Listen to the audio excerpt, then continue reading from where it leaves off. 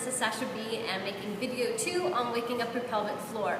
So last week we learned the jellyfish. If you haven't seen that video yet, I highly recommend you going back to that one because that's my go-to. But this is just another option if that one didn't work for you. So it's called the vagina clock because we're using the imagery of a clock for our vaginal wake up exercises, our pelvic floor coming up and together. So 12 o'clock is going to be my pelvic bone up here in the front. 6 o'clock is my tailbone back here. 3 o'clock is the right side of my vaginal wall, and then 9 o'clock is the left side of my vaginal wall. So simply put, and more difficult to do, is you're pulling 12 towards 6. So I'm imagining pulling 12 into 6, and I always make funny faces when I'm trying to make these connections.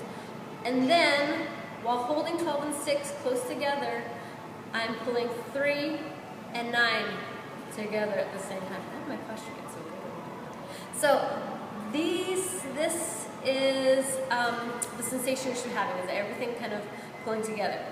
When you do this exercise, and this is why this one's not my favorite, is I find that people clench a lot when they're doing it. When 6 comes to 12, everyone squeezes their bum really hard. You do not want to be squeezing your glutes. So your outer muscles here should still be like jelly. The rest of your body should still be like jelly. And 6 coming towards 12 should feel like you're holding in a fart. Yes, you are using those muscles. That is part of your pelvic floor, is the feeling of stopping a pee. So using your muscles to feel like you're closing off your urethra, and then also holding in a fart.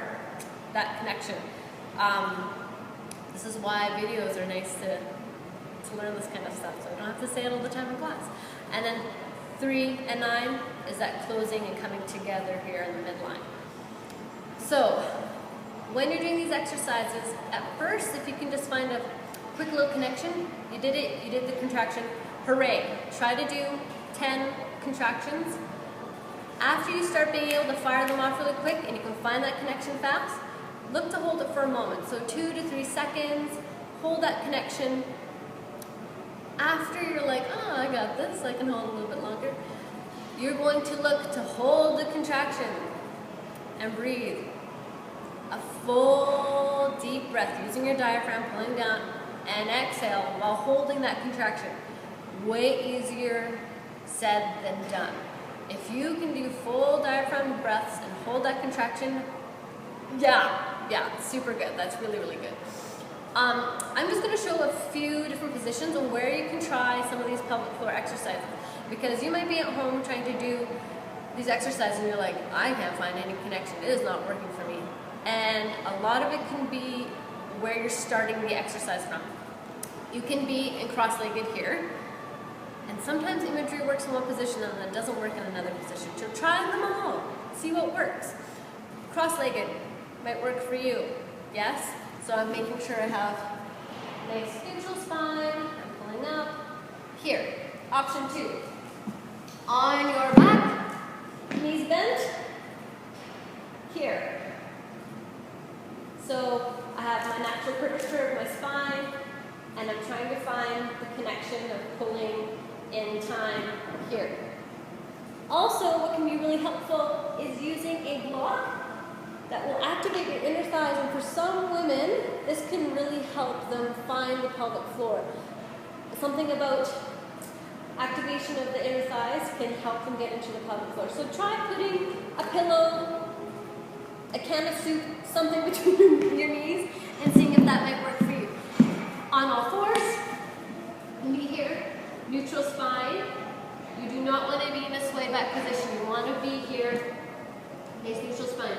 Or child's pose, bum towards heel, nice and relaxing. I find that the clock, at least for myself, works best when I'm on all fours or if I am in child's pose, down here. So try if you, or standing, or just sitting. Those are 2 other very common ones. Sitting, using a block between your legs. If I'm sitting in a chair and I have something between my knees, that might work for you. That's it. Try that one. See how it goes. Try the clock. Let me know what position worked for you. what imagery seems to be working, jellyfish versus the clock. That's about it. If you have any other questions or any other kind of videos you want me to cover, let me know. You can go to sashab.ca or send me a comment on Facebook or on YouTube. So have a good day and best of luck on waking up your pelvic floors. Bye.